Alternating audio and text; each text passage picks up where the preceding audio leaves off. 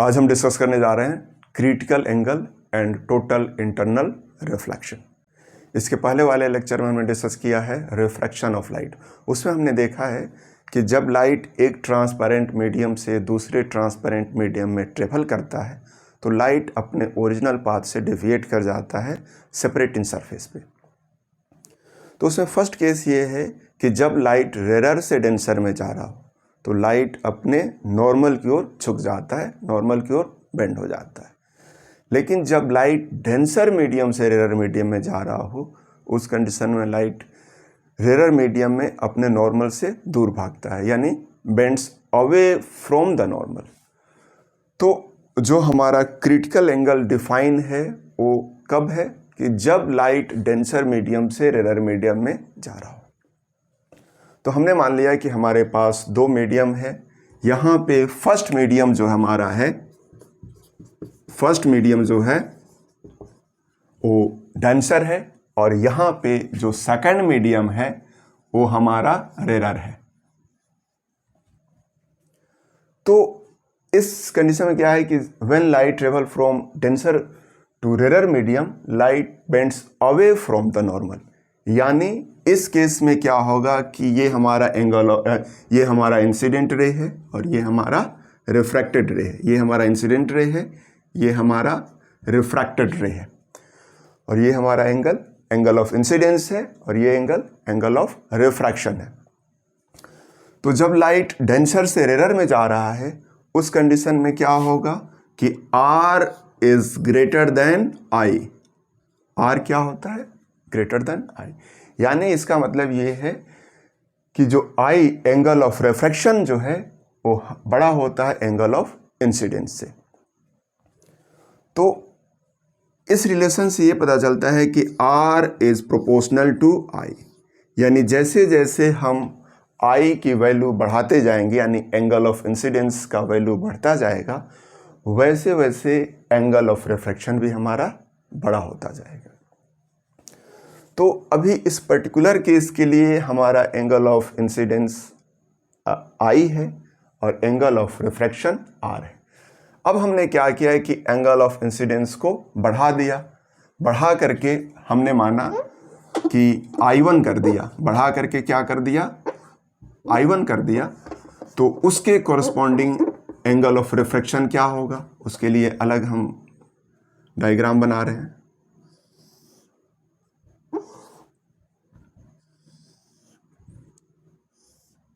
यानी अब अगर हमने एंगल ऑफ इंसिडेंस को बढ़ा करके I1 कर दिया तो उसके कॉरस्पॉन्डिंग एंगल ऑफ रिफ्रैक्शन क्या हो जाएगा? R1 हो जाएगा। यानी यहाँ पे भी R1 जो है I1 से बड़ा है। अब हमने क्या देखा कि अगर एंगल ऑफ इंसिडेंस को और बड़ा किया जाए, एंगल ऑफ इंसिडेंस को और बड़ा करें तो मान लिया कि एंगल ऑफ इंसिडेंस को और बड़ा किया और इसको बढ़ा करके हमने I2 कर दिया। क्या किया? इसको बड़ा करके हमने I2 कर दिया। अब इस एंगल ऑफ इंसिडेंस के कॉरस्पॉन्डिंग हमारा एंगल ऑफ रिफ्रैक्शन और बड़ा हो जाएगा, और बड़ा हो जाएगा। ये हमारा एंगल ऑफ रिफ्रैक्शन R1 और बड़ा, R2 एंगल ऑफ, ये जो हो गया हमारा R2 ये और बड़ा हो गया, R2 हो गया। जब जैसे जैसे हम एंगल को बढ़ाते जाएंगे, एंगल ऑफ इंसिडेंस को बढ़ाते जाएंगे, एंगल ऑफ रिफ्रैक्शन हमारा क्या होगा? बड़ा होता जाएगा। तो ये देखा जाता है कि एक पर्टिकुलर एंगल ऑफ इंसिडेंस के लिए एंगल ऑफ रिफ्रैक्शन मैक्सिमम हो जाता है। मैक्सिमम का वैल्यू क्या होगा? 90 हो जाता है। यानी उस एंगल ऑफ इंसिडेंस, वैसा एंगल ऑफ इंसिडेंस जिसके लिए एंगल ऑफ रिफ्रैक्शन क्या हो जाए आपका? 90 डिग्री हो जाए, यानी रिफ्रैक्टेड रे सेपरेटिंग सरफेस के पैरेलल हो जाए, उसी पर्टिकुलर एंगल ऑफ इंसिडेंस को हम क्या कहते हैं? Critical angle. यानी हमने एंगल ऑफ इंसिडेंस को और बड़ा कर दिया, इस सभी को मिटाते हैं और हमने एंगल ऑफ इंसिडेंस को क्या किया, और बड़ा किया। एंगल ऑफ इंसिडेंस को और बड़ा किया, तब देखा गया कि जो एंगल ऑफ रिफ्रैक्शन है वो 90 डिग्री हो जाता है। यानी 90 डिग्री होने का मतलब क्या कि इस सेपरेटिंग सरफेस के पैरेलल चलने लगता है। इसी पर्टिकुलर एंगल ऑफ इंसिडेंस को क्या कहते हैं, क्रिटिकल एंगल। क्या कहते हैं, क्रिटिकल एंगल। और इसको रिप्रेजेंट किया जाता है आईसी से। इसे क्रिटिकल एंगल, और इसको रिप्रेजेंट करते हैं आईसी से। आईसी यानी क्रिटिकल एंगल क्या है, क्रिटिकल एंगल वैसा एंगल ऑफ इंसिडेंस है जिसके लिए एंगल ऑफ रिफ्रैक्शन क्या हो जाए, 90 डिग्री हो जाए। उस पर्टिकुलर एंगल ऑफ इंसिडेंस को क्या कहेंगे, क्रिटिकल एंगल। तो अगर इसको हम डिफाइन करें तो क्या होगा, when light travel from denser medium to rare medium, light bends away from the normal. If we increase the angle of incidence, angle of refraction increases. For a particular value of angle of incidence, angle of refraction becomes 90 degree, and that particular angle of incidence is called critical angle. यानी जिस particular angle of incidence के लिए हमारा refracted रे 90 degree का हो जाए, उसको हम उस पर्टिकुलर एंगल ऑफ इंसिडेंस को क्या कहेंगे, क्रिटिकल एंगल कहेंगे। अब क्वेश्चन आता है कि अगर जो हमारा एंगल ऑफ इंसिडेंस है वो क्रिटिकल एंगल से भी बड़ा हो, क्या मतलब कि अगर एंगल ऑफ इंसिडेंस जो है वो क्रिटिकल एंगल से बड़ा हो, यानी angle of angle of incidence is greater than critical angle IC, तब क्या होगा, if angle of incidence is greater than critical angle, तो हमने क्या किया कि एंगल ऑफ इंसिडेंस को बड़ा कर दिया। यानी ये जो हमारा I है, ये जो हमारा I है, ये क्रिटिकल एंगल से भी बड़ा है, तब क्या होगा, ये रिफ्रैक्शन के रूल को तो फॉलो करेगा। तो अब यहाँ पे देखा गया कि जब angle of incidence critical angle से भी बड़ा हो जाए, तब लाइट अपने ही मीडियम में रिफ्लेक्ट हो जाता है और वो रिफ्लेक्शन के रूल को फॉलो करता है। यानी लाइट क्या होगा, अपने ही मीडियम में रिफ्लेक्ट कर जाएगा और ये अब रिफ्रैक्शन के रूल को फॉलो नहीं करेगा, अब ये रिफ्लेक्शन के रूल को फॉलो करेगा। ये रिफ्रैक्शन के रूल को फॉलो नहीं करेगा, बात समझे, ये रिफ्रैक्शन के रूल को फॉलो नहीं करता है, अब रिफ्लेक्शन के रूल को फॉलो करते हुए अपने ही मीडियम में वापस लौट आता है। और इसे ही कहते हैं total internal reflection. Total internal reflection. तो टोटल इंटरनल रिफ्लेक्शन के लिए कंडीशन क्या है, सिंपल सा कंडीशन है कि लाइट डेंसर मीडियम से रेयर मीडियम में जा रहा हो। अगर लाइट रेयर से डेंसर में आ रहा हो तो उस केस में टोटल इंटरनल रिफ्लेक्शन नहीं होगा और ना ही वहाँ पे कोई क्रिटिकल एंगल होगा। क्रिटिकल एंगल और टोटल इंटरनल रिफ्लेक्शन के लिए कंडीशन क्या है कि लाइट डेंसर मीडियम से रेयर मीडियम में जा रहा हो। तो क्रिटिकल एंगल क्या होगा, क्रिटिकल एंगल क्या एंगल है कि एक ऐसा एंगल ऑफ इंसिडेंस जिसके लिए एंगल ऑफ रिफ्रैक्शन हमारा 90 डिग्री का हो जाए। और अगर एंगल ऑफ इंसिडेंस को क्रिटिकल एंगल से भी बड़ा किया गया, तब क्या होगा, लाइट अपने ही मीडियम में रिफ्लेक्शन के रूल को फॉलो करते हुए रिफ्लेक्ट कर जाता है और इसे ही कहते हैं total internal reflection. Total internal reflection. अब हम बात करने जा रहे हैं relation between critical angle and refractive index of the denser medium. तो यहाँ से हमने देखा कि ये हमारा डेंसर मीडियम है, फर्स्ट मीडियम क्या है, डेंसर मीडियम है, और ये हमारा रेरर मीडियम है। तो और ये हमारा एंगल ऑफ इंसिडेंस किसके बराबर है, क्रिटिकल एंगल के बराबर है।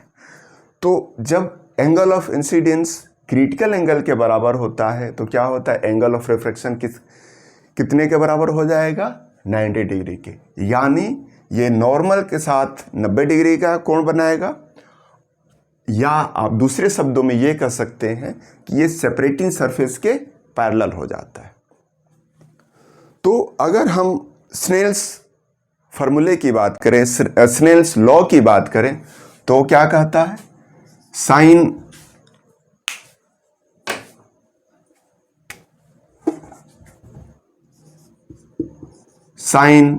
आई by sine r equal to mu.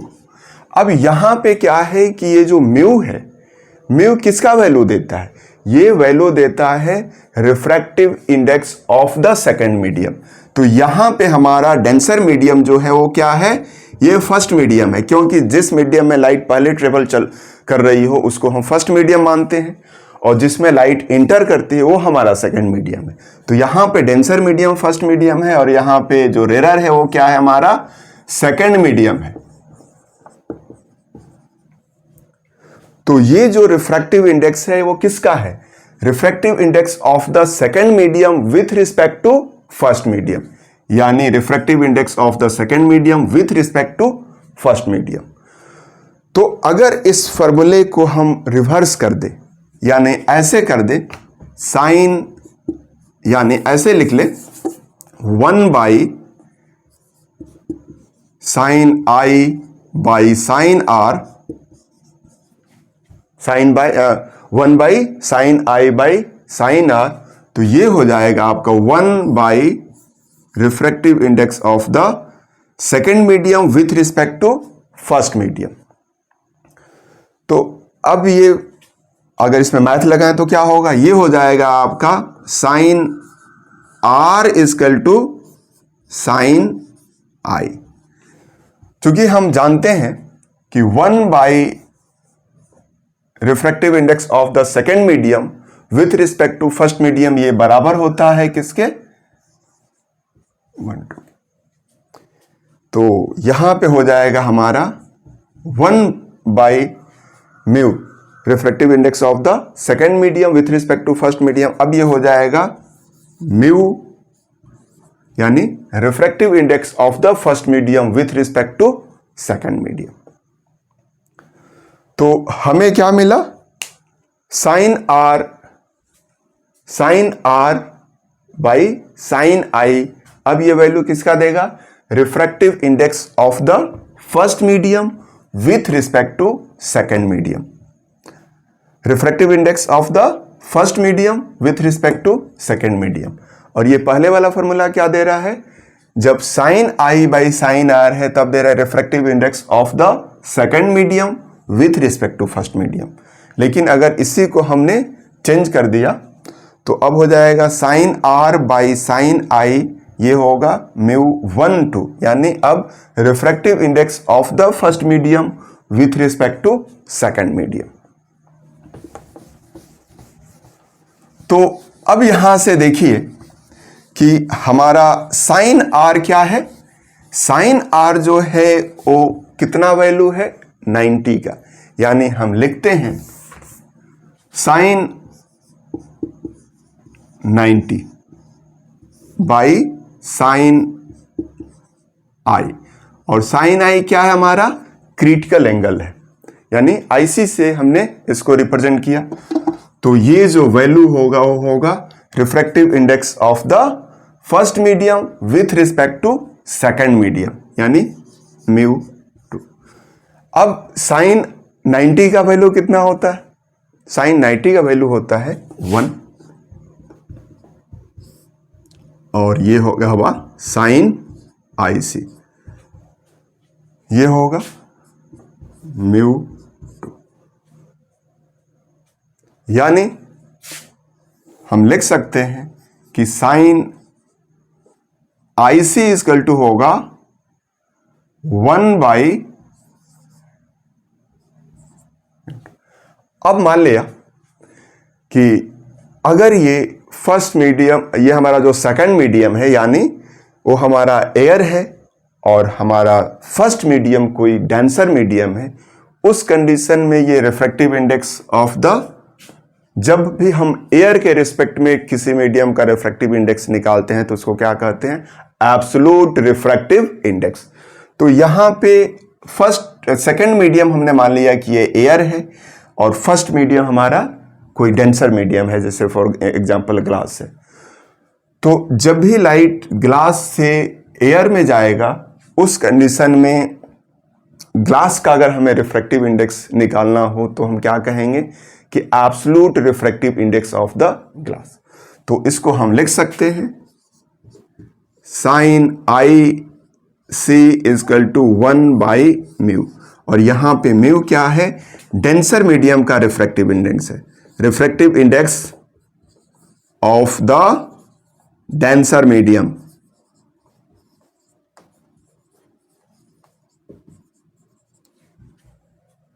Refractive index of the denser medium.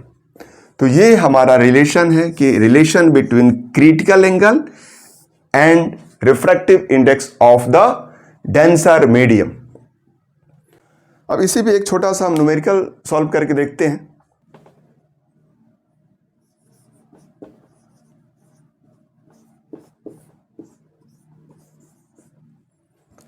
ये हमें फॉर्मूला मिल गया, ये हमें रिलेशन मिल गया, रिलेशन बिटवीन क्रिटिकल एंगल, ये क्या आईसी क्या है, क्रिटिकल एंगल, और ये है refractive index of the denser medium. तो मान लिया कि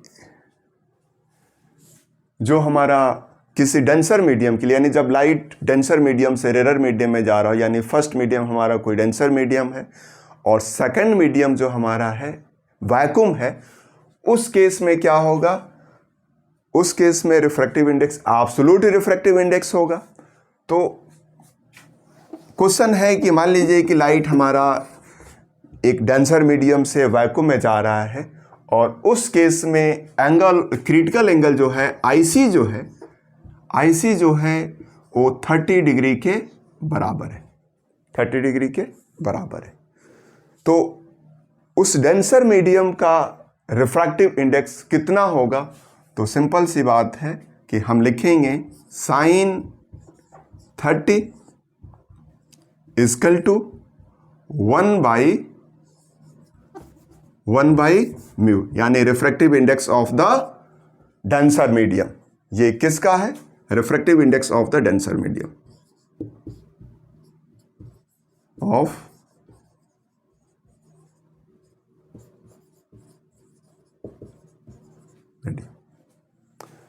तो साइन 30 का वैल्यू कितना होता है, 1/2, और यहां पे आ जाएगा आपको 1 म्यू। तो म्यू बराबर क्या होगा, 2, यानी जो हमारा डेंसर मीडियम है उसका रिफ्रैक्टिव इंडेक्स कितना है, 2 है, और इसका कोई यूनिट नहीं होगा। क्यों, क्योंकि ये एक यूनिटलेस क्वांटिटी है, क्योंकि ये दो सेम टाइप के फिजिकल क्वांटिटी का रेशियो है। तो इस लेक्चर में इतना ही। Thank you for watching.